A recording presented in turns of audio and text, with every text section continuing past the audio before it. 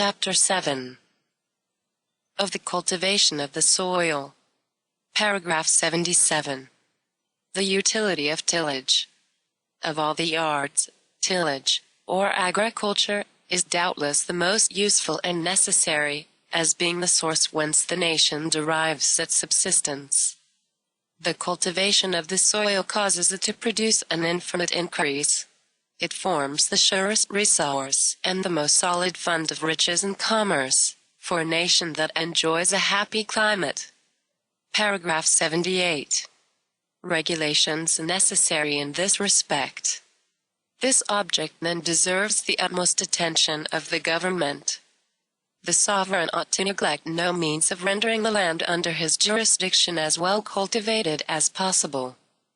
He ought not to allow either communities or private persons to acquire large tracts of land and leave them uncultivated. Those rights of common, which deprive the proprietor of the free liberty of disposing of his land, which will not allow him to enclose and cultivate it in the most advantageous manner, those rights, I say, are inimical to the welfare of the state and ought to be suppressed, or reduced to just bounds. Notwithstanding the introduction of private property among the citizens, the nation has still a right to take the most effectual measures to cause the aggregate soil of the country to produce the greatest and most advantageous revenue possible. Paragraph 79. For the protection of husbandmen. The government ought carefully to avoid everything capable of discouraging the husbandman, or of diverting him from the labors of agriculture. Those taxes, those excessive and ill-proportioned impositions, the burden of which falls almost entirely on the cultivators, and the oppressions they suffer from the officers who levy them, deprive the unhappy peasant of the means of cultivating the earth, and depopulate the country. Spain is the most fertile and the worst cultivated country in Europe.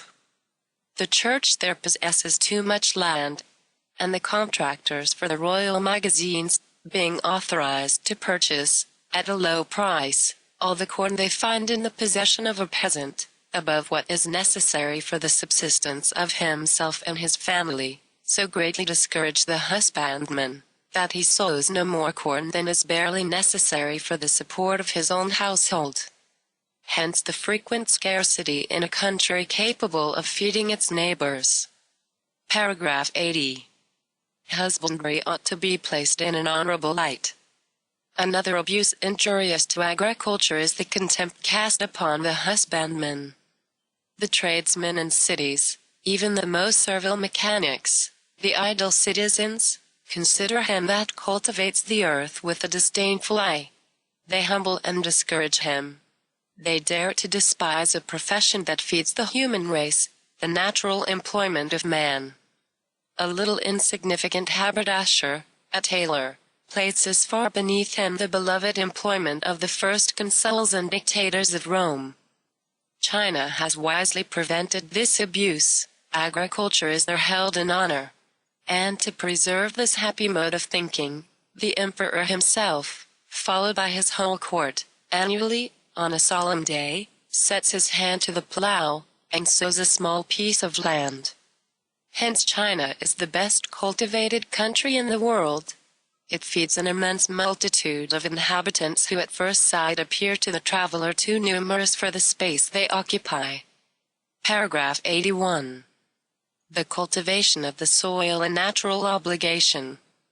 The cultivation of the soil deserves the attention of the government, not only on account of the invaluable advantages that flow from it, but from its being an obligation imposed by nature on mankind. The whole earth is destined to feed its inhabitants.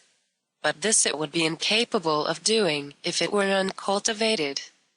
Every nation is then obliged by the law of nature to cultivate the land that has fallen to its share, and it has no right to enlarge its boundaries, or have recourse to the assistance of other nations, but in proportion as the land in its possession is incapable of furnishing it with necessaries. Those nations, such as the ancient Germans, and some modern Tartars, who inhabit fertile countries, but disdain to cultivate their lands, and choose rather to live by plunder, are wanting to themselves, are injurious to all their neighbors, and deserve to be extirpated as savage and pernicious beasts. There are others, who, to avoid labor, choose to live only by hunting, and their flocks. This might, doubtless, be allowed in the first ages of the world, when the earth, without cultivation, produced more than was sufficient to feed its small number of inhabitants. But at present, when the human race is so greatly multiplied, it could not subsist if all nations were disposed to live in that manner. Those who still pursue this idle mode of life, usurp more extensive territories than, with a reasonable share of labor, they would have occasion for, and have, therefore, no reason to complain, if other nations, more industrious and too closely confined, come to take possession of a part of those lands.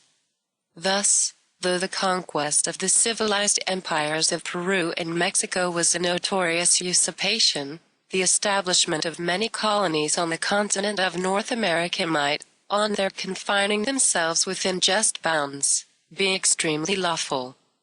The people of those extensive tracts rather ranged through than inhabited them. Paragraph 82. Of public granaries.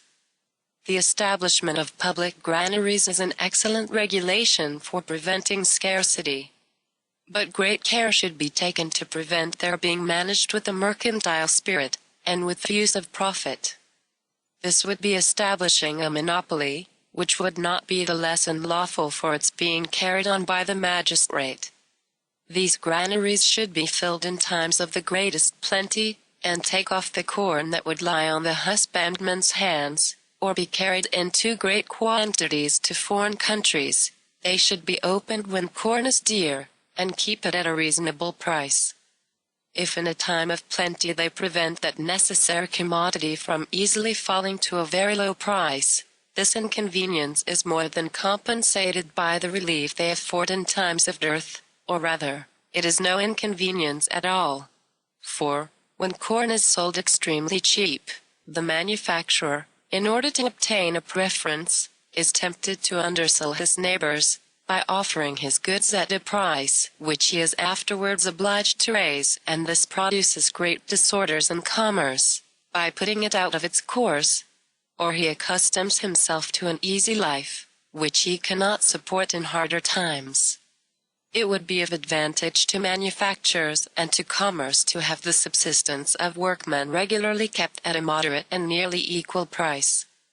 In short, public granaries keep in the state quantities of corn that would be sent abroad at too cheap a rate, and must be purchased again, and brought back at a very great expense after a bad harvest, which is a real loss to the nation. These establishments, however, do not hinder the corn trade.